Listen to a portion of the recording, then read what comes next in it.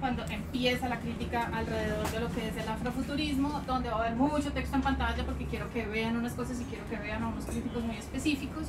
Y la tercera parte, que va a ser como, espero, la más divertida, es una guía de lectura introductoria a lo que es el afrofuturismo, tanto en teoría como en novelas de todo tipo. Entonces, el afrofuturismo empieza en la música. ¿Sí? Este señor, Sonny, se dedicaba al jazz, estaba en la universidad, estaba en los 50, acaba de terminar la Segunda Guerra Mundial, empezaba a ver como una serie de luchas, transformaciones, una búsqueda por la igualdad de la gente afro en los Estados Unidos. Y este señor empieza haciendo jazz, es un músico muy prolífico, es uno de los músicos más prolíficos del siglo XX. Y en algún momento, a finales de los 50, comienzos de los 60, tiene una experiencia que él describe como haber sido abducido por alienígenas y llevado a Saturno, donde quienes lo abdujeron le explicaban que necesitaban conocerlo como ser humano, pero que esencialmente lo que venían era a enseñarle y a mostrarle el camino, un nuevo camino para la raza negra, un camino de paz y liberación. Entonces este señor monta, paralelo digamos como a su trayectoria como músico de jazz, a Sonra y la orquesta. La orquesta ha estado, no, sigue existiendo, el señor ya murió, pero el co-creador de la orquesta todavía está vivo, el señor ya como en sus 70s, pero siguen tocando y siguen haciendo giras. Y ellos empiezan por Egipto, de alguna manera, como lo más sensible en los 50s y en los 60s, como que lo que tenían como una cercanía mayor era Egipto. Entonces este señor arma todo un espectáculo con esta banda en la que empiezan a explorar tanto musicalmente como con la puesta en escena alrededor de cosas que empiezan a parecer africanas de alguna manera. En este ejercicio ellos hacen esta película, ¿sí? Se llama Space is the Place, ¿sí? Donde ellos hacen como un recorrido tanto por los Estados Unidos como por este nuevo camino que tiene que llevar la gente negra, que es tan diferente al camino de la gente blanca. Entonces,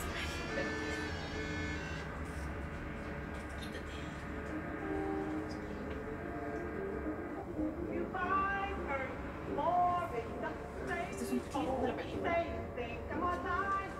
Y lo que suena es la orquesta.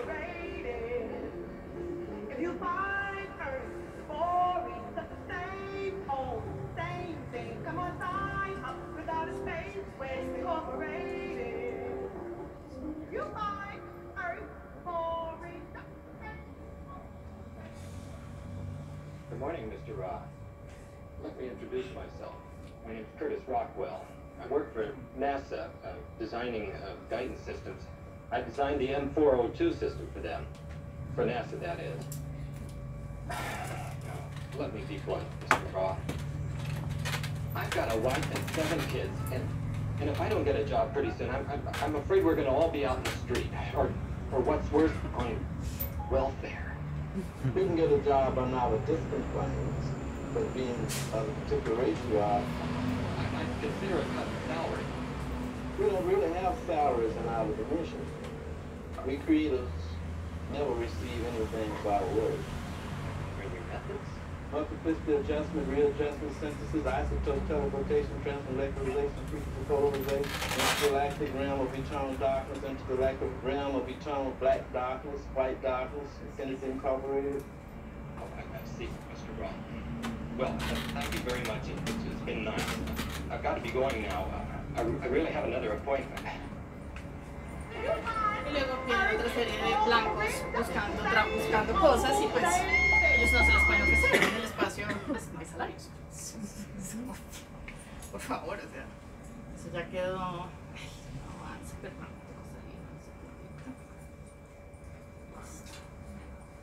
no, luego vienen como una serie de personajes en los 60s, ya entramos en los 60s. Pues no voy a hablar de Octavia Butler porque pues hubo toda una presentación sobre ella el mes pasado y pero digamos que hay un grupo de gente que empieza a hacer cosas, no necesariamente están alineados, no están usando la bandera, nada, están haciendo cada uno cosas por su lado, están empezando a hablar del cuerpo negro, de cómo se ve el cuerpo negro, cómo se debe representar el cuerpo negro. Y entonces tenemos como a Samuel L. Bellamy y Octavia Butler en la literatura, tenemos a Jean-Michel Basquiat en las artes plásticas, junto con Engelbert Metoyer y René Cox, que es una fotógrafa. Y bueno, y se lanza Black Panther en el 65. ¿Sí? Empieza ahí como a ver como una visibilidad que está obviamente arraigada en todos los movimientos por los derechos de los afroamericanos. Y empiezan a aparecer esta gente. Marcos, disculpa, una pregunta. Dime. Me surge esa curiosidad. El cómic de Black Panther toma su nombre del movimiento. El personaje empieza como un invitado en Cuatro Fantásticos y tiene como un arco en Cuatro Fantásticos, y después a finales de los 70 ya tiene su propio tiraje. Y ahí, pero igual va a ser siempre un cómic menor, digamos, pues comparado con los tirajes de, sobre todo los Cuatro Fantásticos, que fue durante los 70, el único que se mantenía como medio flote grande hasta los 80. Solo el grupo que había en los 70 de Black Panther. Y las Black Panthers, o sea, el movimiento político Black Panther, así como todo lo que empieza a ver. Y de nuevo es la música donde esto se hace visible, ¿sí? Funkadelic es una de las dos bandas que tiene la mayoría del equipo. O sea, estos señores tienen como una banda como más tradicional, como un funk más normal, más de sala, digamos, y tienen este otro en el que ellos vienen del Mothership. En la escena la nave siempre aterriza en el escenario y ellos se van bajando como una especie de astronautas o alienígenas, y ese es el show a partir del cual Funkadelic monta como toda una estructura en escena que va a estar más o menos activa como del 73 al 78 fuertemente. Y hay otra parte. Ay, modo para que no molestes. ¿Qué te salgas? No, esto no debería estar pasando.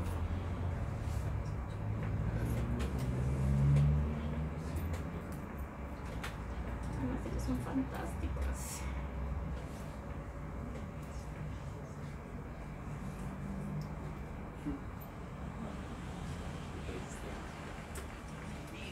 Esta es la primer grupo afro en estar en una portada de una Rolling Stones.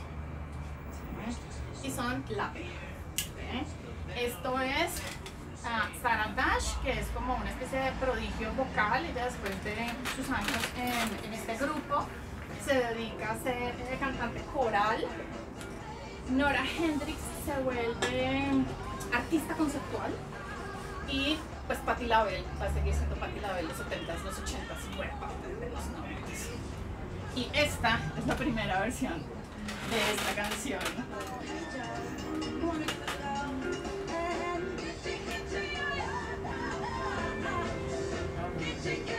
Esta canción va como su cuarta, quinta versión, pero esta es la versión original de Lady Marmalade, cantada por LaBelle en 1975. Que si gustan de la música de los 70, ven que estas señoras están mucho más cerca de David Bowie que a lo que estaba pasando realmente en los Estados Unidos en términos musicales.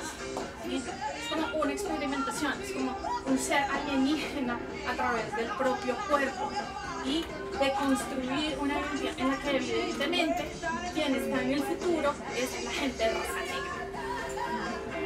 Entonces la música va a ser siempre el gran motor de lo que ahora conocemos como el afrofuturismo.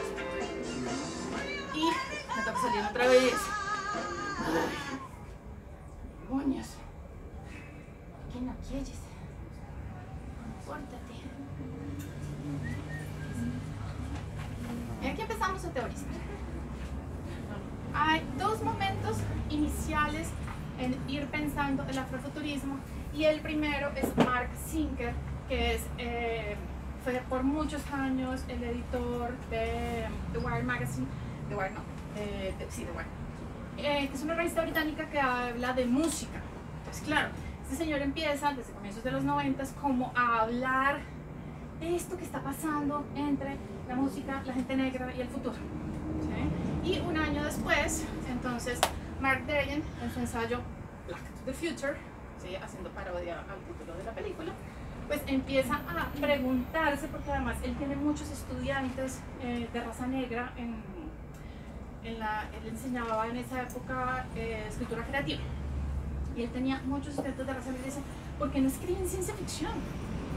Porque es que si el ser negro en Estados Unidos es como estar alienado, estar distanciado de todo, estar aislado de las cosas, ¿cómo es posible que los que están más alienados y más distantes no escriben ciencia ficción?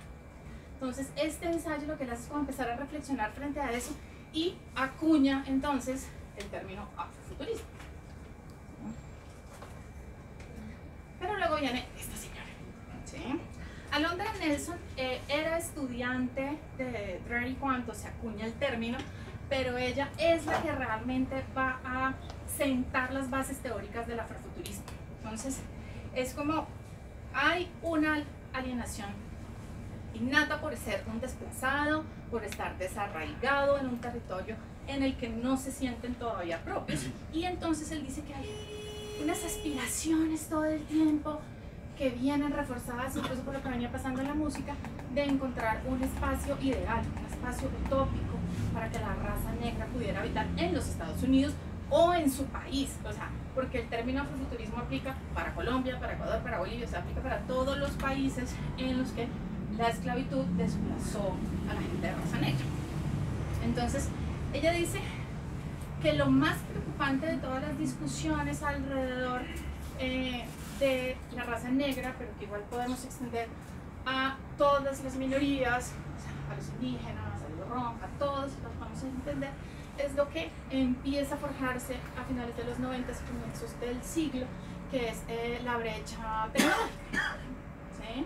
Y se empiezan a dar como unas condiciones para la brecha tecnológica que son con las que ella se enfrenta fuertemente, y es que no es solo un problema de que no tengamos acceso a la tecnología, es que de nada nos sirve tener tecnología si no tenemos tendido eléctrico.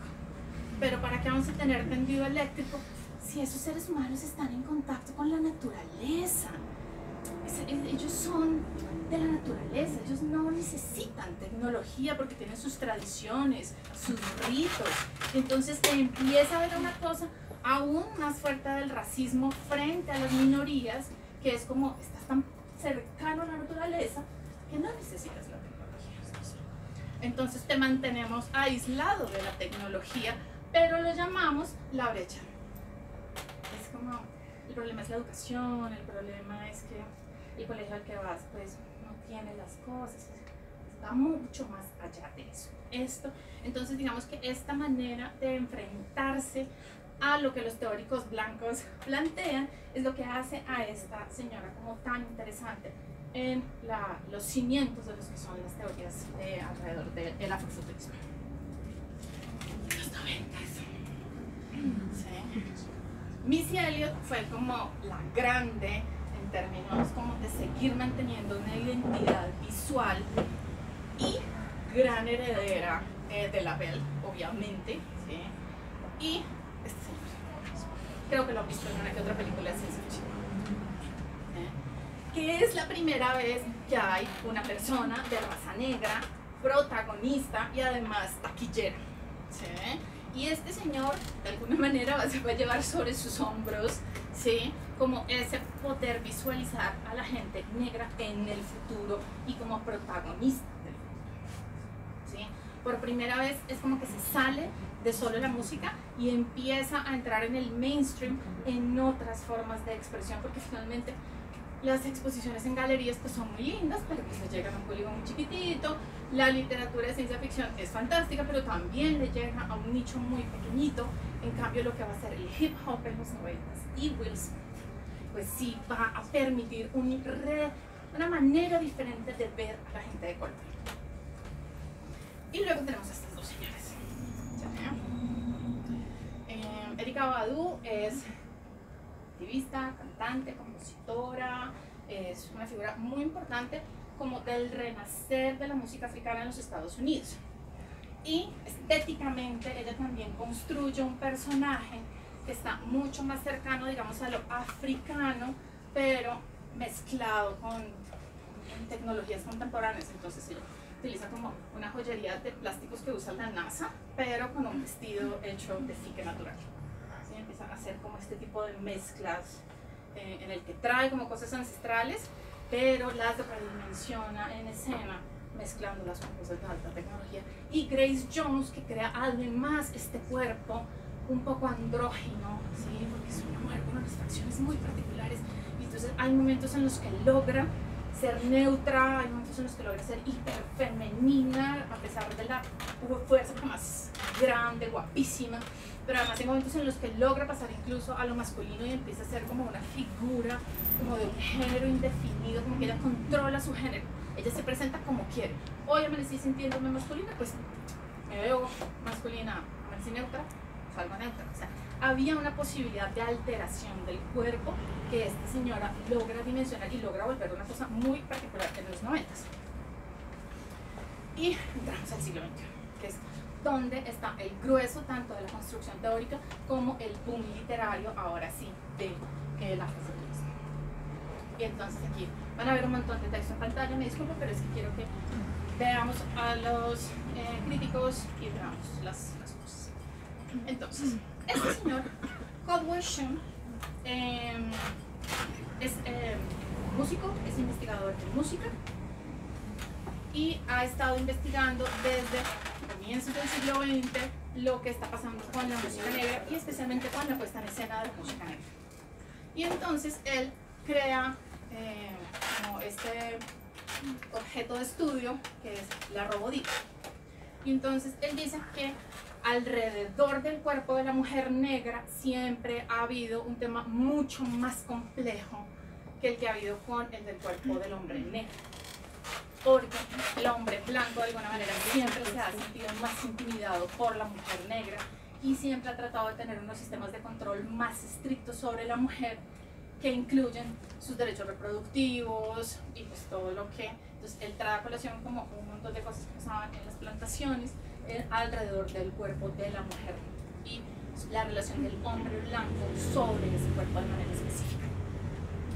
Y luego él hace una comparación en ese texto en el que dice que hay una construcción que tiene que ver con qué tan original eres, qué tan auténtico eres, ¿sí? Esta cosa como de la autenticidad del músico, que uno sabe que detrás de esa cara bonita, blanca generalmente, hay un ejército de escritores, productores, esteticistas, editores, genios del Photoshop, o sea, como que hay una cosa, un andamiaje que para todos los músicos independientes, y además si son músicos independientes negros, pues no las van a tener, o latinos, o cualquier minoría fina. Entonces él dice que se empieza a contraponer esta figura, ¿sí?, con lo que estas mujeres están haciendo en escena. Él dice, no sé si consciente o inconscientemente, pero sí están creando una visión muy particular de la mujer negra en escena. A lo que la acuña como la robodiva. ¿Sí? Estos son dos ejemplos, hay varias más, o sea, Rihanna, aquí están como todas las grandes divas del momento. Pero hay una que se distingue entre todas, y es Janelle Monáe.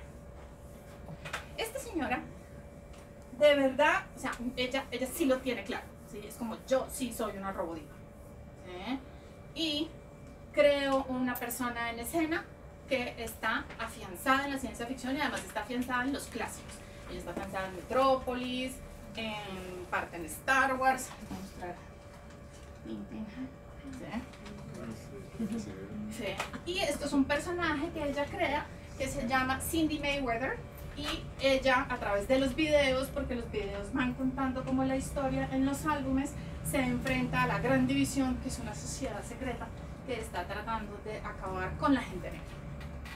Entonces ella lo que tiene es como otras mujeres que la ayudan en esta lucha contra esta situación, y crea, junto con otras mujeres que han trabajado con ella, el Black Wonderland Arts Collective Society, que es un grupo de mujeres afrodescendientes que se dedican a trabajar desde la música y desde las artes visuales, especialmente sobre todo de las que son casi todas como muy experimentales en las presentaciones, y lo que hacen es como trabajar esto de la ciencia ficción junto con la música una vez más.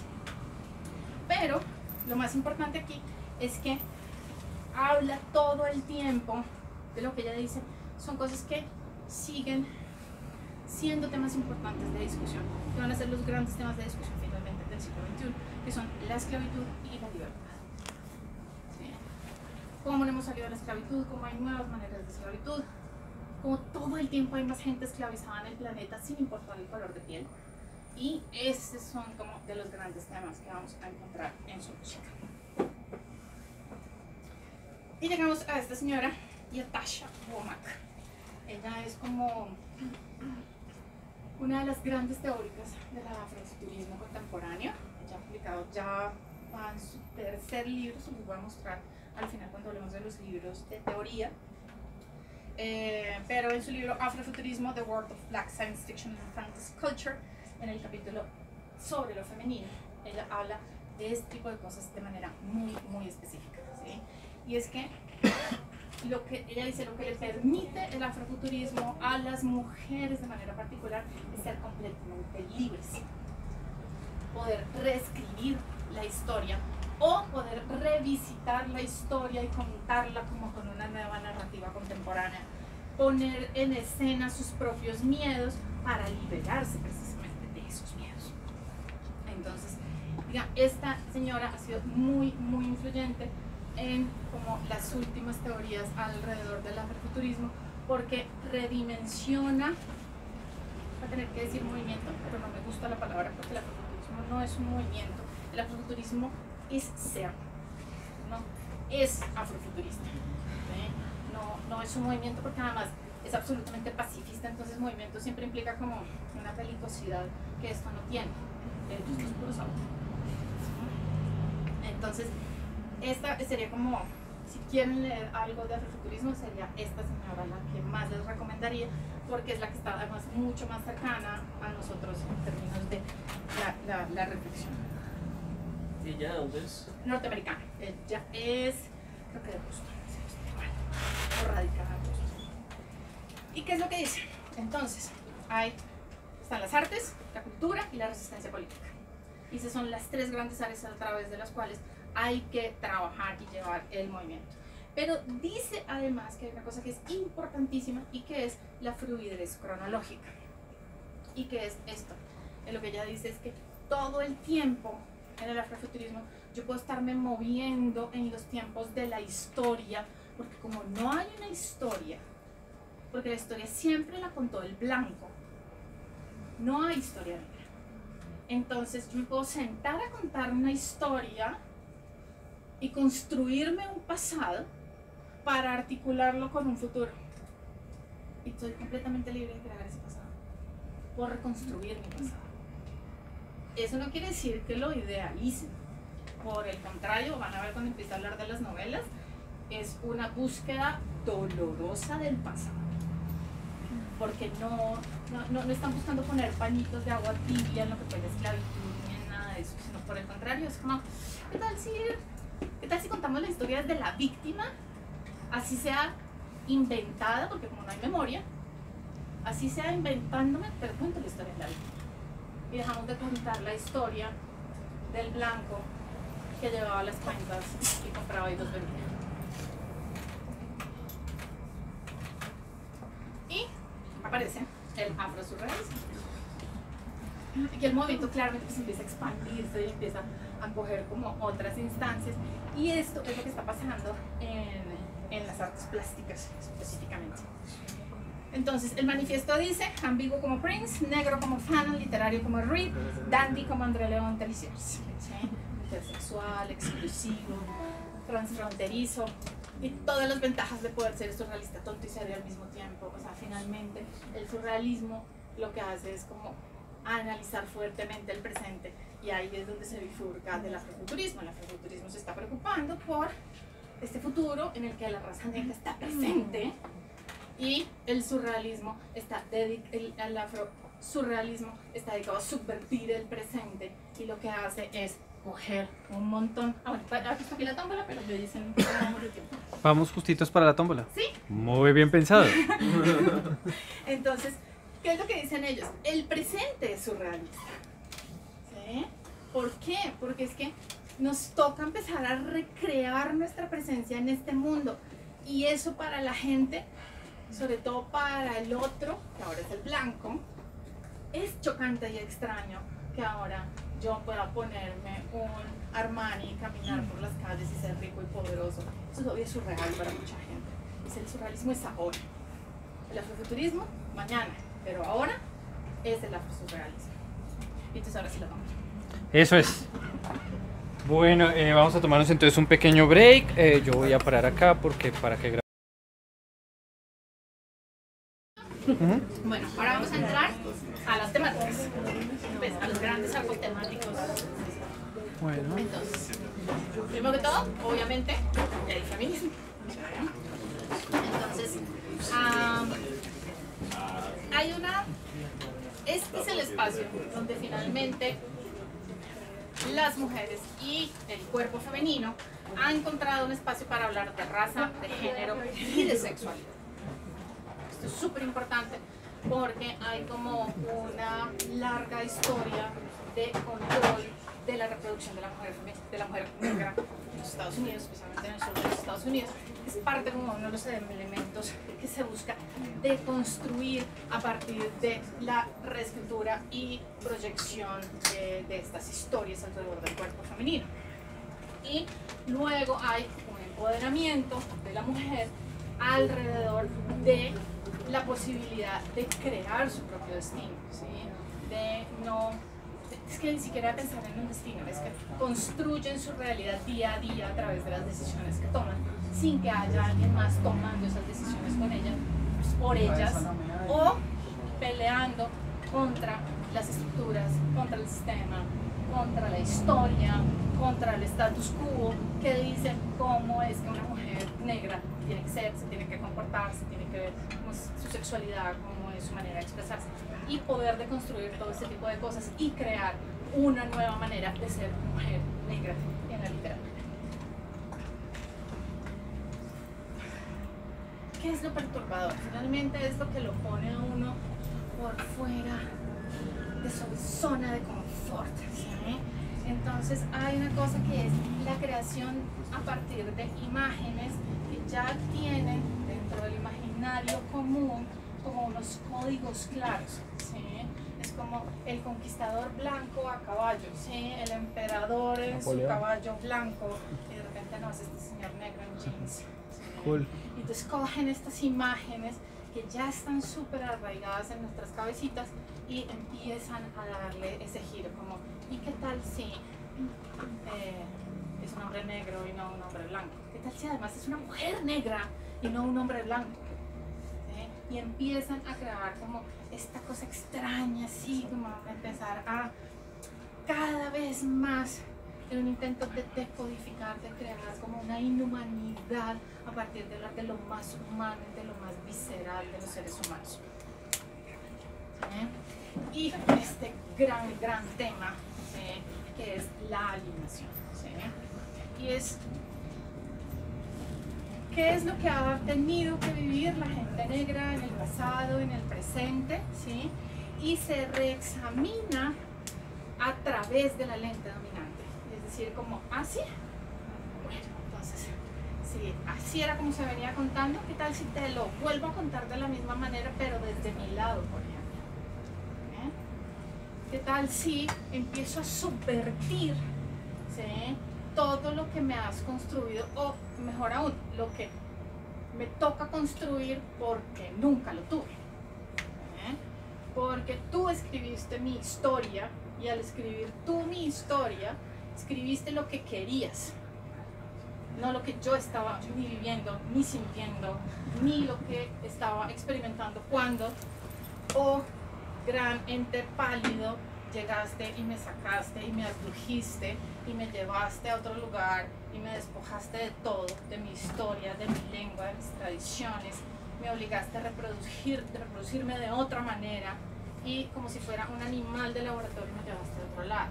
Entonces esta gran sensación del desarraigo es la que está amarrada a la ciencia ficción, porque dice que los primeros abducidos son la gente negra que fue llevada a América. Porque es como si los hubieran cogido y los hubieran puesto en una habitación. Ahí es donde Octavia Butler está pegadísima a todo esto. ¿Sí? Cuando este personaje, no sé si se recuerdan esa novela de la presentación pasada, que ella se despierta y está con un laboratorio, y no es la primera vez que se despierta, y es víctima de una serie de experimentos todo el tiempo, y dice, esto fue lo que pasó cuando trajeron a la gente de África. ¿Sí? Ese es ese desarraigo. ¿Sí?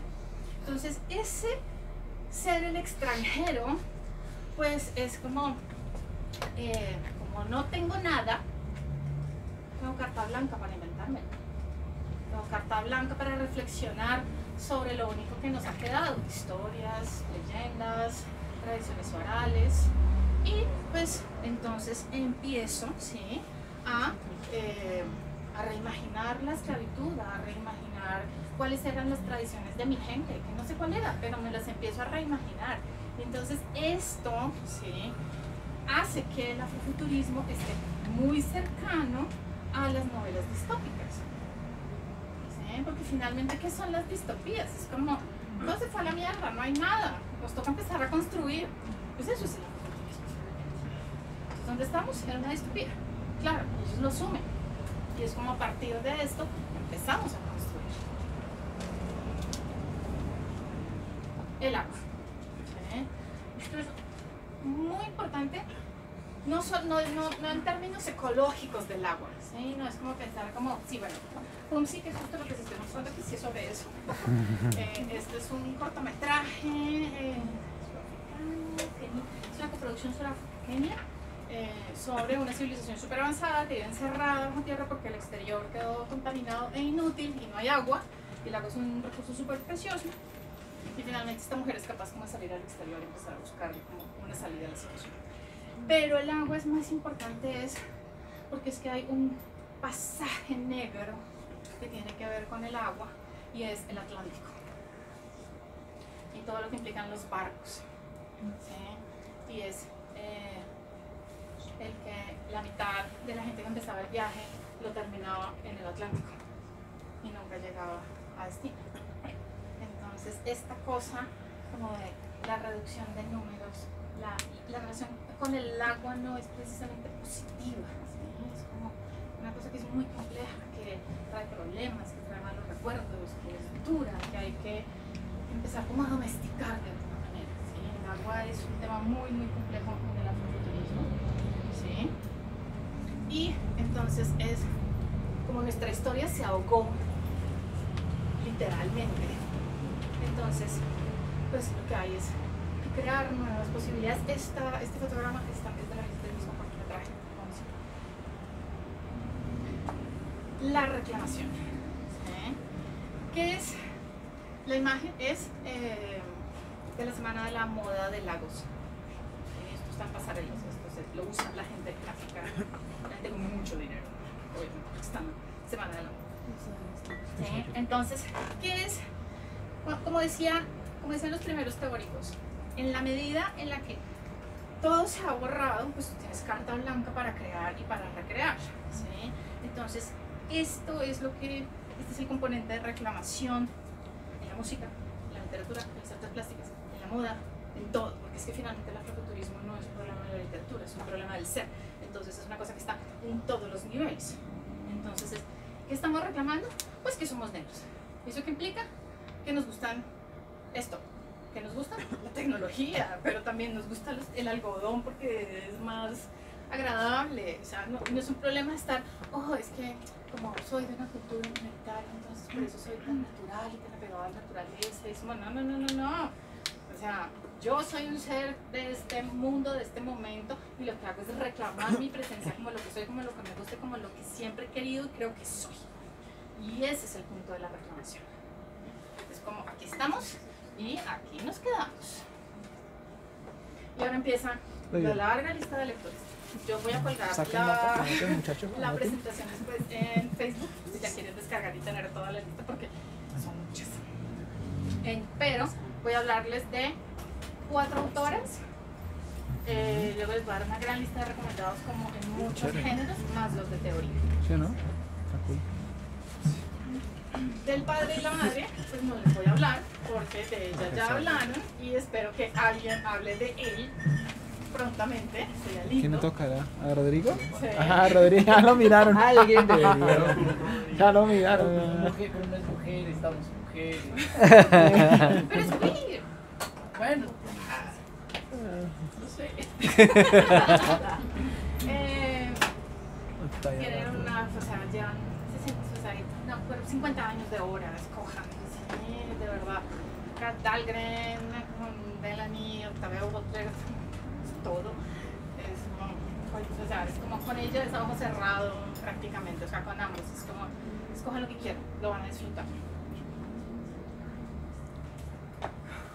Nalo Hopkins. Ella es antillana, ella es jamaiquina, radicada en Canadá. Los brazos de la madre.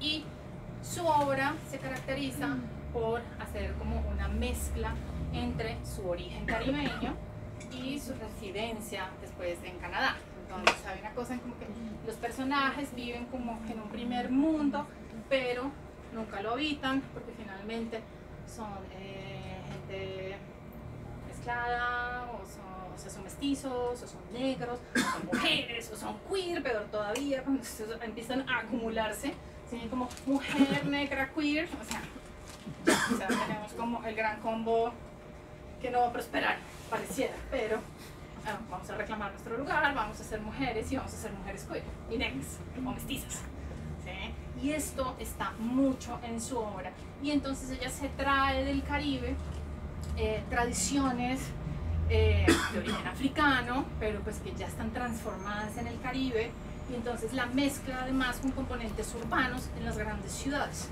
Entonces son personajes, y ella yo creo que es probablemente uno de las autores que mezcla el realismo mágico, es una cosa que está muy mezclada con muchos autores afrofuturistas, pero sobre todo en los libros para jóvenes, o sea, como todo el young adult, como todo este género para el adulto joven. Hay más que ciencia ficción y fantasía, hay como una cosa como de realismo fantástico, ¿sí? Como de la historia que cuenta la abuela negra, se vive una realidad en el presente en el que se transforma de alguna manera el presente a una cosa más mágica, que no necesariamente es buena, como pasa como con la fantasía occidental en general, que es como, te define la madrina, él va a solucionar todo. No, porque las tradiciones caribeñas y americanas pues no son tan amables normalmente, entonces siempre es una cosa que exige mucho más del protagonista cuando termina involucrado como con los ancestros, y lo que implica los ancestros no vienen a decirte como, ay, cómo eres de lindo, ven, te voy a poner un vestido brillante. Es una, te ves interesante, ahora ve y salva al mundo para ver si eres interesante. Eso es lo que suelen hacer los ancestros. Entonces ella lo que hace es como mezclar este tipo de cosas con unas megaciudades, con unas cosas así súper fuertes, y empieza a hablar de cosas que son importantes, y es sobre todo en sus últimas novelas, que son más caribeñas en ese sentido, hay una cosa con los niños, con el abuso sexual hacia los niños, como esta violencia que pareciera no tener fin frente a ciertos grupos. Y estas serían como 3 de los grandes recomendados.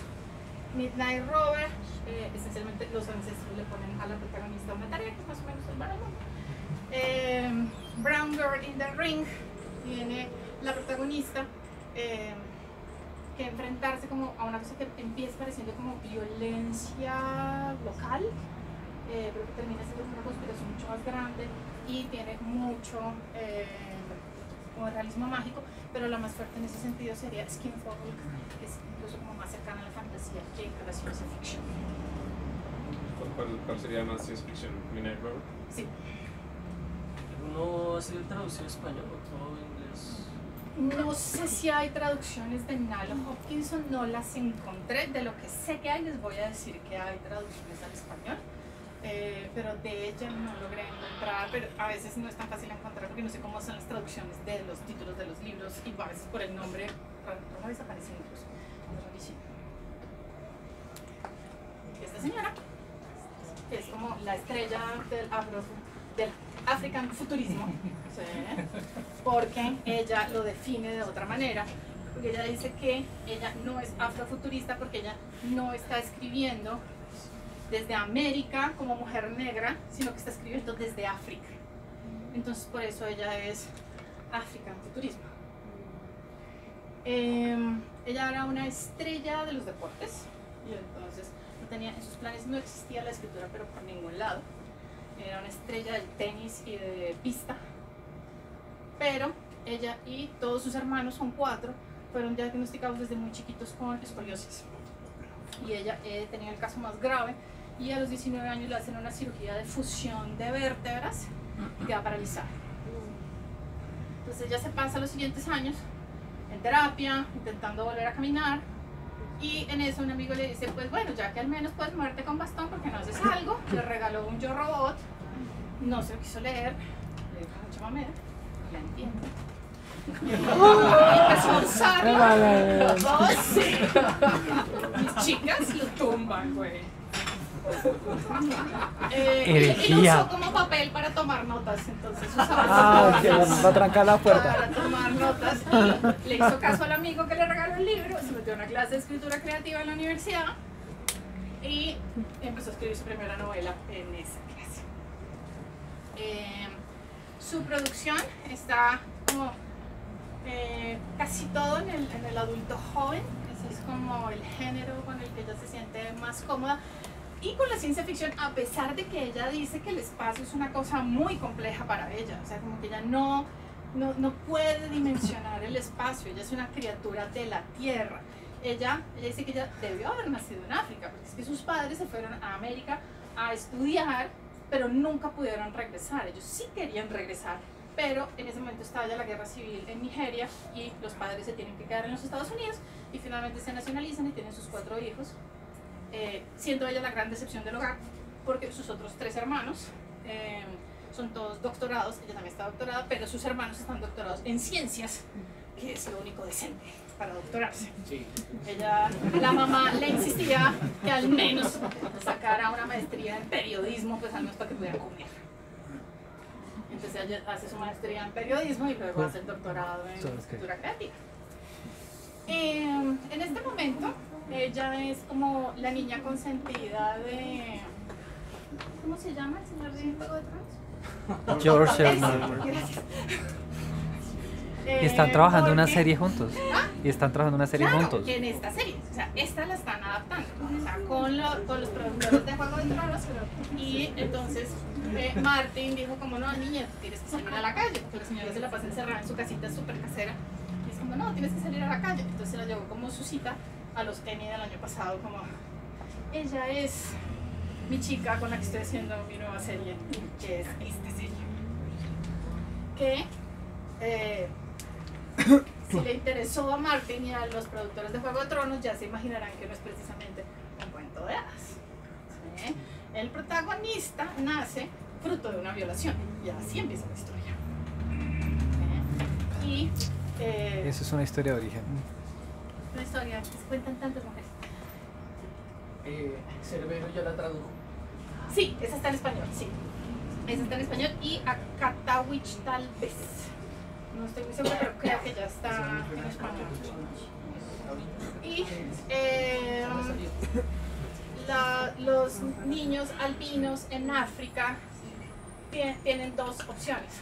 O los asesinan apenas nacen, porque están poseídos por demonios, o los vuelven como una figura religiosa importante en la comunidad, porque están poseídos por demonios. ¿Sí? O sea, no, hay algo que no está bien ahí definitivamente, y se nota que no está bien, es blanco, ¿sí? Hay algo raro. Y Matos, perdón, recuerda que hoy en día es una realidad, los casan como Claro, trofeo. sí. Si los Es mutilan que como sigue trofeo pasando. hoy. Por eso ella sigue escribiendo sobre ese tema y por eso la protagonista es albina, para llamar atención sobre la situación de los niños albinos en África. Entonces, es una duología. Sarah and the Windseeker es un standalone. Este es más de realismo fantástico. Sí, es como más. Pero los otros son Sí, los otros sí son ciencia ficción. Es que cuando dice ciencia ficción en el afrofuturismo hay una cosa ahí entre la ciencia ficción, la fantasía, el realismo mágico, están todos mezclados al tiempo. Entonces es como, sí, es ciencia ficción, pero pasa todo en un desierto. ¿Eh? Sí, como que los estándares clásicos de definiciones no aplican acá ni de cerca. Uno de los tweets que te pasé precisamente de Jemisin es sobre eso. Ella decía, es como, viene la policía de la fantasía por mí a llevarme a trabajar a cadena perpetua en las torres de hielo porque esto no pasa en un bosque con elfos y las montañas y la llanura. No pasa ahí. Pasa en un desierto. Pero es fantasía. ¿Sí? Y yo decía, yo sé que la policía de la fantasía viene por mí, pero no importa. Y esta es la que, digamos, la ha catapultado a la fama. Se consigue en español. Y esto es la historia de una chica que vive en una comunidad africana con su familia, es una villa, pero su padre, o sea, su familia, su padre especialmente, y ella, que tienen un talento matemático muy particular, se dedican como a construir y calibrar un objeto que es como un poco el celular de la época, pero es todo, ¿sí? Es tu contacto con el universo entero, y ella es como una especie de genio, pero pues vive en su villa, no importa, y le ofrecen un cupo en otro planeta, en la universidad más importante de la galaxia, y ella acepta el cupo para profunda desgracia de su familia, pues porque ella ya debería estar pensando en casarse porque tiene 15. Entonces, Va tarde. O sea, tu deber es pasar por los ritos de pasaje, convertirte en mujer, casarte, tener hijos y seguir ampliando la familia, o sea, como hacemos todas las mujeres. Pero ella quiere ir a la universidad. Se va para la universidad en una nave viva, las naves son súper bonitas. Pero a mitad del camino, los hombres blancos están en guerra con otra raza y las medusas, que es como esa otra raza, atacan la nave y ella termina siendo la única sobreviviente de este conflicto. Finalmente llega a la universidad y empieza como una relación entre ella, ese otro, que son las medusas, y la presencia del hombre blanco todo el tiempo en la periferia causando conflictos y como que esta guerra se acaba, no se acaba, como que hay armisticios, no los hay, la familia queda en peligro. Entonces hay como en las tres novelas un crecimiento del personaje en la medida en que, digamos, que este choque cultural ocurre en el primero, en el segundo ya dice como, sí, muy linda yo, estoy en la universidad más importante del mundo, de la galaxia becada, pero no. No spoiler, por favor. Pero ante todo yo soy yo y yo decido que voy a hacer los ritos de pasaje y me voy a convertir en mujer según las tradiciones de mi pueblo. Entonces hay un redescubrirse a sí misma por decisión propia como una mujer de su comunidad, y luego los ancestros deciden que ella tiene que tomar una acción más fuerte frente a lo que está ocurriendo, y la mascarada nocturna es el ancestro finalmente. Entonces los ancestros aparecen a decirle como, buena amiguita, los ancestros nunca se le aparecen a las mujeres, se le aparecen solo a los hombres, y por primera vez se le aparecen a una mujer. Entonces ella tiene que tomar un rol más activo frente a lo que está pasando entre las medusas, su comunidad y los hombres blancos ahí en la periferia. Sale una nueva versión de la trilogía en un ómnibus que viene con una historia nueva de Vinci. Rivers Salomon. Rivers Salomon aquí es donde el español no colabora, porque su pronombre es de él. Entonces aquí el español se vuelve sí, es yo, pero con arroba al final, no lo puedo pronunciar, porque su pronombre es neutro, es una mujer transexual, pero se considera intersexual, entonces por eso utiliza un pronombre neutro, y lo que ella dice es que precisamente ella, desde el ser queer, mujer, negra, y ser como todo lo que la sociedad termina despreciando de una mujer, escribe. Y que eso es lo que ella quiere escribir. Esa es la gente a la que ella le quiere dar voz. Y además en su página web ella trabaja como sensitive reader, ¿sí? Entonces cuando uno está escribiendo sobre como alguno de estos temas que son como que uno no conoce muy bien, porque no necesariamente yo tengo que saber sobre la intersexualidad, pues le puedo pasar a ella mi texto para que lo revise y ella hace los comentarios al texto y ella trabaja haciendo eso para otros aspirantes a escritores, para ayudarles a que esos temas estén representados de la debida manera y no es caro. ¿Sí?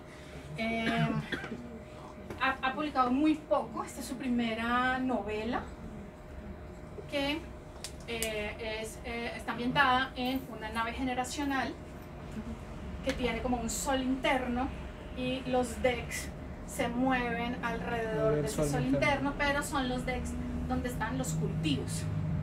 Entonces los cultivos van girando, ¿sí? Son como unas estructuras que pueden girar, entonces los cultivos funcionan todo el tiempo porque hay maíz a un lado, trigo al otro, algodón en el otro, pero algo pasó hace como unos unos 200 años, pasó algo pasó con la población, o sea, no hay registro histórico del hecho dentro de la nave, pero finalmente la gente quedó estratificada en los decks de la nave, en los habitacionales, en orden alfabético, dependiendo del color de piel.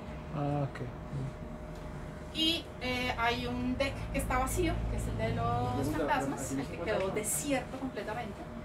Y la gente vive como ella, que está en los niveles bajos, vive como si fuera una plantación. ¿Sí? O sea, son tratados como si estuvieran en una plantación en el sur de los Estados Unidos. Es decir, se cuentan cabezas por las noches, la gente se va a dormir, al otro día se cuentan cabezas, se van a trabajar, tienen unas horas libres. La protagonista resulta que es un genio muy particular, que a veces es un poco autista, es un personaje muy complejo, pero que uno va entendiendo a medida que va leyendo que es tan difícil de entrar y generar empatía con ese personaje, porque ella ha construido esas barreras alrededor, porque la metieron desde muy joven en los planes reproductivos, porque como hay tan poquita gente, entonces pues hay que crear más gente, pero pues esto finalmente son los guardias blancos encargándose de que se queden embarazadas, para lo cual ella carga un producto que ella misma hace en su botanario para que su vagina sea más cooperativa, porque es que si no es cooperativa, aparte de la violación, pues viene la paliza. Entonces les pasan tantas cosas que uno entiende por qué el personaje es tan cerrado y como tan difícil de poderle entrar, y digamos que como es tan inteligente, lo que ha hecho es como caerle en gracia al cirujano de la nave, y el señor lo que le permite a ella es como tener una especie de libertad, porque le escribe permisos que le dan a ella como una cierta libertad para moverse entre los decks y atender a otras personas. Ella cultiva sus propios medicamentos y empieza a descubrir que los diarios de su mamá, que era una señora loca que se suicidó, realmente no eran los diarios de una señora loca, sino de una señora que estaba escribiendo en código para poder esconder todos los descubrimientos que estaba haciendo dentro de la nave. Y no los Cool. no está en español. Esto es de una banda de hip hop experimental que se llama Clippers y se llama The Deep.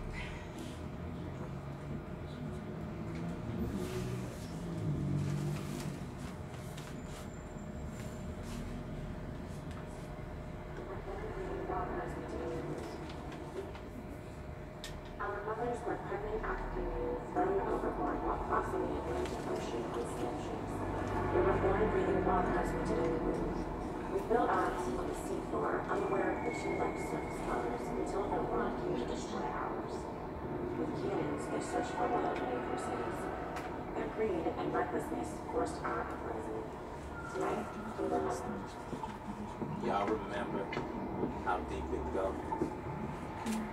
Started from the bottom Y'all remember how deep it go? Before y'all had to come back deep. Y'all remember when it used to be deep? So deep, so deep, ayy.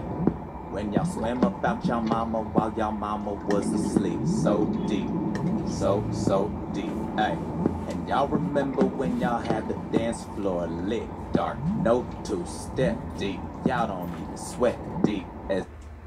Ese es muy largo. Y entonces, estos tres señores, Dowell Dixon, William Hudson y Jonathan Snipes, hacen parte del colectivo Clippers y escriben con River Solomon esta novela corta de Deep, y son unas sirenas negras que nacen cuando botaban a las mujeres, a las esclavas embarazadas de los barcos en el Atlántico, y entonces ellas nacen como de estos cuerpos ahogados, digamos, mágicamente se salvan los fetos y nacen como sirenas de los cuerpos ahogados de sus madres. Entonces hay una comunidad de estas sirenas negras en el Atlántico, y lo que va a haber es como una uprising, como va a pasar algo, y entonces la protagonista pues quiere saber qué es la superficie, es como parte como del rito del personaje. Acaban de lanzarla la semana pasada, creo, entonces está en español. Y lo otro que podemos leer de River Solomon está en este sitio, que si no lo conocen se los presento, se llama Serial Box.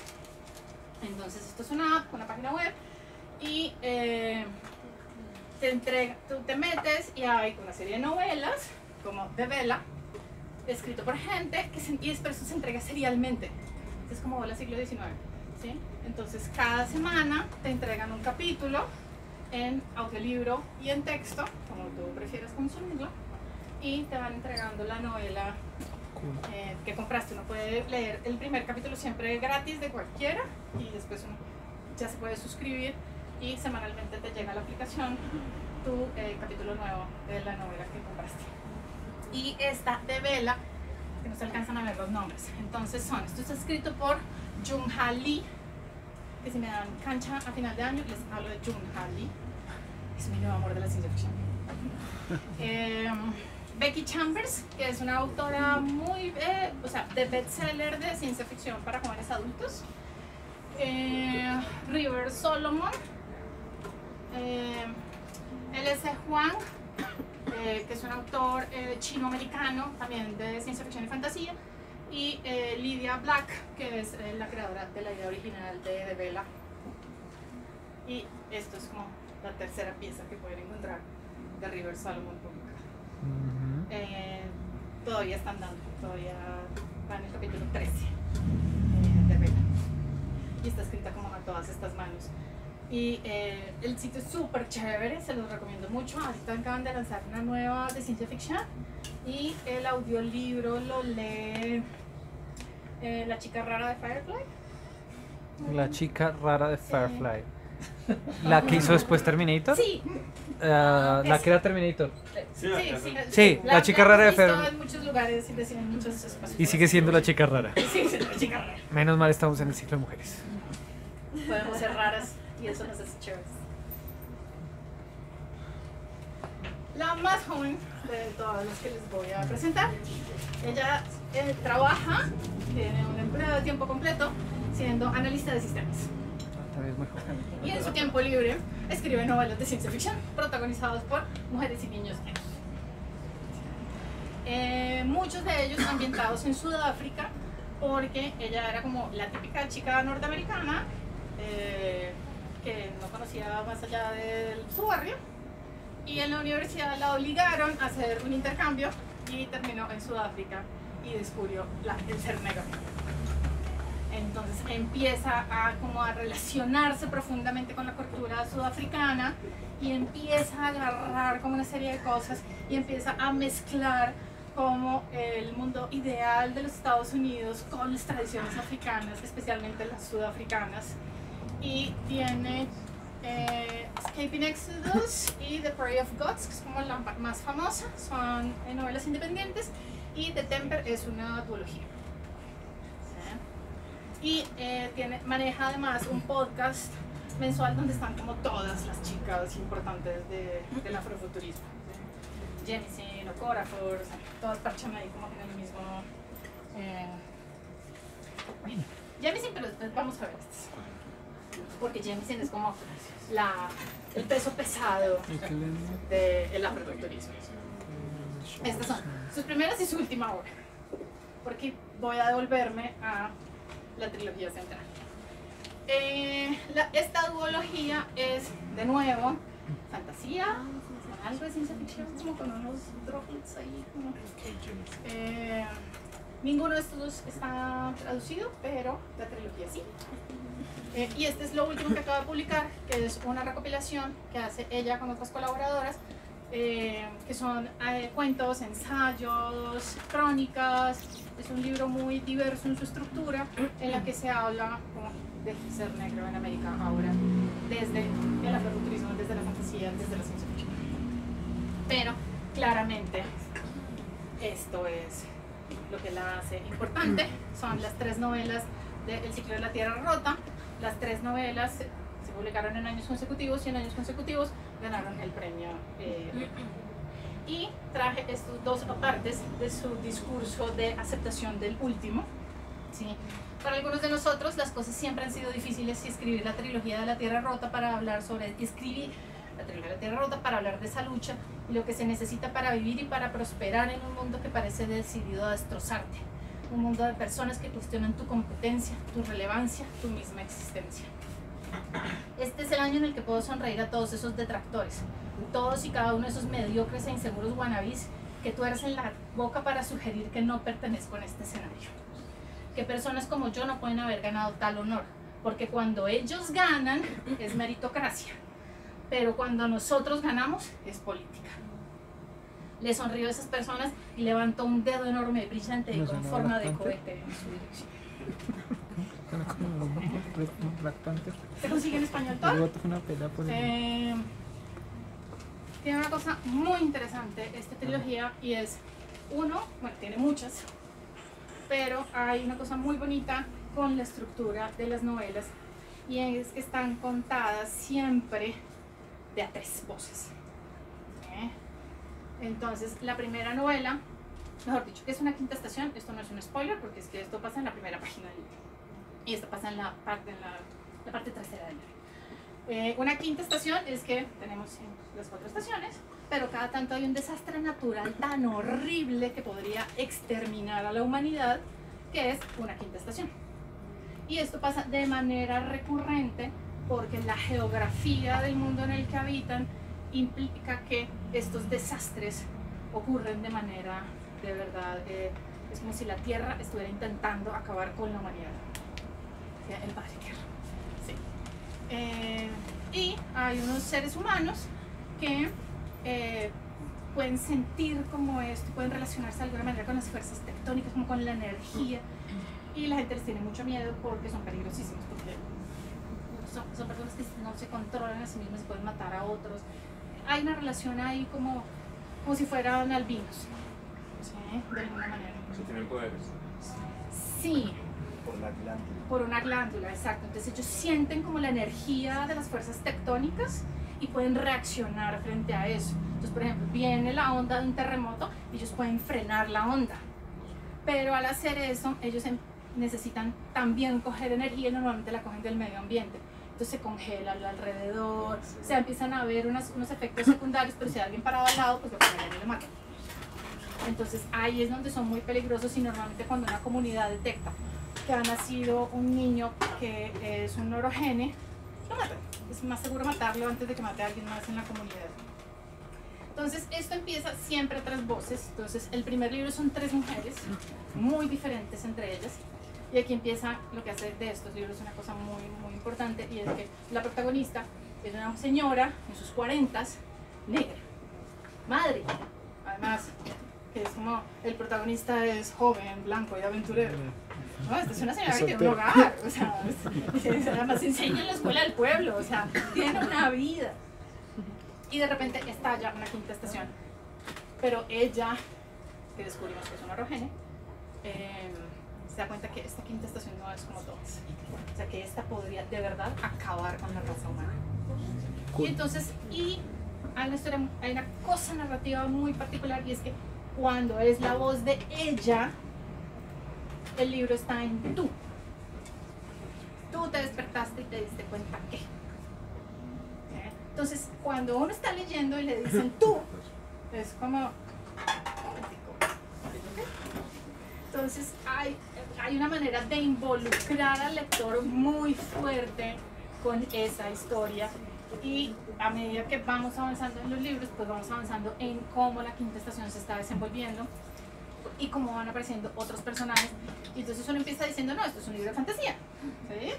Esto es pues, gente con poderes y campo, fantasía, ¿sí? De repente no, van por el camino imperial, que es un camino elevado, que es como una gran autopista, como un viaducto gigante. Es una...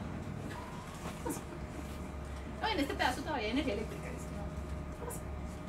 Y empieza a meter, y uno se da cuenta que claro, es que esta gente que vive con quintas estaciones todo el tiempo, pues logra como la humanidad avanzar a cierto punto, y luego pues se extingue casi todo, y más o menos toca arrancar más o menos desde la piedra otra vez, y lo que se logra salvar es muy poco. Entonces claro, es una sociedad que se ha adaptado a eso, y esta señora es un genio a la hora de construir un mundo, ¿sí? Es un mundo sólido. Piensen en Frank Herbert, ¿sí? Piensen en estos creadores de mundo. Es un mundo sólido, sin fallas, ¿sí? Uno entra a the still, no sé cómo lo tradujeron al español, como a la quietud, que es un poco irónico porque pues tiembla todo el día, pero la manera en la que esta señora construye el mundo es abrumador, ¿sí? Y además este libro se dedica a destrozarlo a uno. Pero no, como pasa con muchos libros, que es como, nos traicionaron, malditos. No, esta señora es por amor, no voy a hacer esto. Es como, eso, fantástico, por favor, léanselo. Si se van a leer algo de todo lo que les voy a mostrar, esto es lo que yo les diría, léanselo, y se consigue en español los 3 tomos. No, la gráfica. Entonces, Nedio Okorafor está escribiendo Shuri para Marvel. Neil Gaiman va a sacar otra vez The Sandman. Y el primero, que es House of Whispers, lo escribe Nalo Hopkinson. Y Far Sector es la nueva iteración de Linterna Verde, Mujer y Negra. Y no sé si recuerdan esa carita, es Janelle Monáe. El personaje se parece físicamente a Janelle Monáe. No ficción. Entonces pues tenemos a Alondra Nelson. Ese es su último libro. Ella en este momento dirige el Instituto Nacional para la Investigación en Ciencias Sociales, y este es su último libro, que es como producto como de su trabajo en el instituto. More Brilliant Than the Sun, que es el de Kobo Shun, que es el que escribe sobre música. El de Afrofuturismo de Stasha Womack, y su segundo libro, que es el Post-Black, que es la nueva generación. O sea, ella ya escribió como 10 años después, vuelve y revisita sus teorías sobre el afrofuturismo y el afrofuturismo 2.0, que fue publicado en el 2012, si no estoy mal, es como el más reciente de teoría afrofuturista. Y en ficción, voy a pasar rápido por esto porque además son como My Soul to Keep, es de terror, con introducción de Stephen King. Beast of the Night es una primera novela, es un young adult más cercano a la fantasía y el realismo mágico. The Galaxy Game es un futuro donde los niños son modificados genéticamente para cumplir con ciertas funciones y los protagonistas salen mal en la modificación, entonces ahí se empieza a crear como un caos. Children of Blood and Bone se consigue en español. Esto es más como realismo mágico y fantasía en África. como uno de los libros más premiados en Young Adult y como todos estos géneros en el 2017.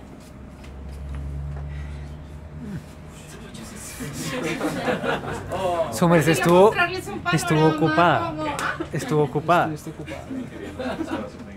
Sí, llegándose en el espacio. Y este estuvo nominada ahorita, creo que al Locust, la segunda parte, que es After the Flare. Octavia's Brood son cuentos como en la tradición de Octavia Butler, como son como herencias. Mothership, que se refiere al Mothership de Funkadelic, entonces tienen que ver más como con cosas sociales, como la música, tienen que ver más con eso, a pesar de ser un libro de ficción. After Science Fiction es cuentos cortos. The Intuitionist, no, el de Nishi Isabel, Everfair, Shelba y The Summer Prince son todos ambientados en el norte de África, entonces hay una influencia árabe, o sea, como negro árabe en estas tres novelas. Dark Matter sí es casi una ópera espacial de alguna manera, y el The Illusionist sí es como misterio, ciencia ficción, más ambientado en esta.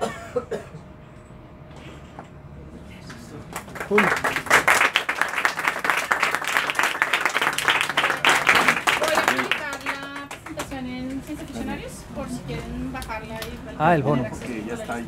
Ok. Y después para la foto. Sigue grabando y me para. ¿Preguntas? Sí, yo estaba Ya. pensando como- o sea, muchos de los libros están, bueno, pues es obvio por qué, pero como que el tema mucho es como presentarse, no como presentarse como víctimas, pero sí, Precisamente, no, es como a pesar de esto. a pesar de eso, pero es como una narrativa, o sea, lo que estaba pensando es como, está muy difícil salirse de esa narrativa, o de pensarse todo el tiempo desde ahí. Y de hecho son muy conscientes y es como, es una primera etapa. Es como tenemos que hablar de esto para cerrarlo de alguna manera y ir al futuro. Yo siento que pasa lo mismo con muchas mujeres yo me imagino que está también pasando en la literatura latinoamericana, aunque no lo he visto, pero sí como a nosotros nos hacen daño, a nosotros somos víctimas, a nosotros nos pasa esto y entonces a partir de esa violencia se crea, y es algo que tal vez los blancos no hacen. Obviamente por obvias razones, pero es interesante porque no sé si a veces termina siendo un limitante. Es muy consciente, de hecho toda la teoría, por primera vez estamos pudiendo hacerlo, entonces vamos a agotar el tema. ¿Sí? Es como nos toca hablar de eso porque es que si no hablamos de eso lo vamos a seguir cargando como una carga histórica. En la medida en que lo podamos reescribir, modificar, apropiar, transgredir, pues ya cerramos el capítulo y dices, esto va a seguir pasando en el afrofuturismo 10 años más. Después, y por eso aparece ya también el 2.0. El 2.0 está diciendo, bueno, ya estamos empezando lentamente a decir, bueno, ya, ¿qué sigue? Yo imagino que también es de pronto una respuesta al tokenismo un poco. Y es cuando yo vi a Will Smith, digo como, pucha, yo siempre lo pensaba a él como, es el personaje negro token en todas las películas de la época y es como, ya tenemos que meter a un negro, entonces bueno, pónganlo ahí para que no digan que no. O no sé, como Martha Jones en Doctor Who. Acuérdate que antes de Will Smith estaba el sidekick negro que era el primero en morir. Claro, entonces digamos, no muere. sí, transfiere un poco. Pero Y es Will sí, Smith, o sea, tampoco. Sí. O sea, no es que él permita con su presencia hacer token. Ajá. No, pero no digo que él fuera un token, sino que siempre lo he visto más o menos de esta forma y pienso que en lo que sacan ahorita como en series de televisión y en todo, que tratan de eliminar la categoría completamente, ponen un personaje negro pero no se reconoce nunca nada de este personaje, sino que se ignora completamente. Está ahí, pero de pronto no ese es suma. el nuevo tokenismo y es ignorar completamente la ¿Sabes identidad. quién está cumpliendo ese papel ahora? El asiático. ¿Cómo así? Are you sure, ma'am? Bueno, Because los there are latinos- some people who talk like this. Sí, los latinos y los asiáticos son ahora el amigo chévere, el personaje cool que muere primero. Sí, ya no es el negro. No, y de pronto en una charla que precisamente un comentario que Daniel nos hizo caer en cuenta hace mucho tiempo, en la Star Trek de los años 60, ¿cómo es que ya los Klingon? Los Klingon. Sí, sí, efectivamente ese... Los Klingon en los años 60, la pura primera Star Trek, todos eran... No, y lo peor del cuento es que si usted ve cómo de todas ha evolucionado el Klingon durante y el momento transicional de los Klingon en la última, se complica, pero eso es una serie blanca, ¿no? Sí. O sea, esto es de blancos, ¿no? Sí. Y Martha Jones es el mejor companion que alguna vez haya tenido Doctor Who, o sea, nadie mejor que ella. Quería pensarlo frente a los textos que diste, que están como con una raíz norteamericana de todas formas muy fuerte. Claro. Es decir, cómo vive el afro-norteamericano. Entonces, a mí me gusta pensar también en una escritora como Rita Indiana, por ejemplo. Que Rita Indiana es de República Dominicana, bueno, estuvo en la feria, un montón de cosas, pero que también está tratando de retomar en los libros, que son libros, los últimos son de ciencia ficción, la mucama de Minicule, bueno, etcétera, etcétera. Está tratando de retomar la vida, como retomar esta cultura afro, pero en República Dominicana conectada con América Latina. Sí, Entonces, más es bien interesante antillano. porque...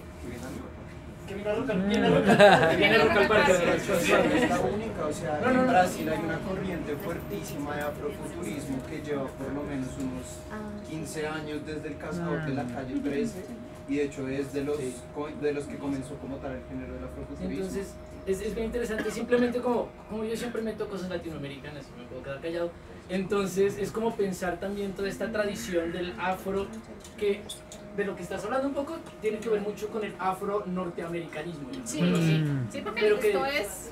pero que también es muy importante pensarlo en las conexiones con otros espacios. Por ejemplo, en Sudamérica o en las Antillas, en donde las relaciones sociales, si bien también hubo un paso, una especie de abducción, como la decías, también lo que ha ocurrido posteriormente en el trato social ha sido diferente y es como otra vertiente, no sé, explotable.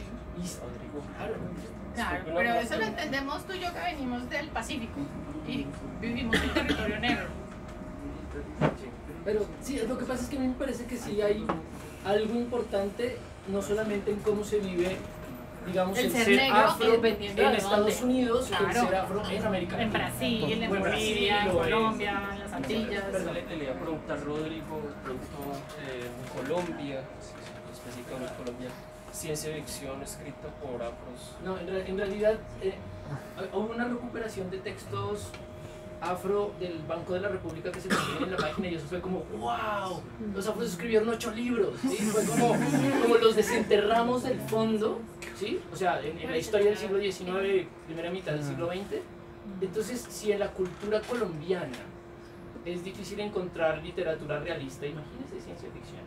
O en el momento, ¿no? No es amatorio ella quizá. Hay más realismo mágico y en el Pacífico con los planes de recuperación de tradición oral que han hecho varias universidades en Cali, en Popayán y en Pasto. Sí se ha recuperado mucha tradición oral y como creación a partir de esas tradiciones orales que están mucho más cercanas al realismo mágico que a la fantasía o la ciencia ficción. Igual tampoco creo que sea justo como ponerlos a jugar en el juego de los otros, ¿no?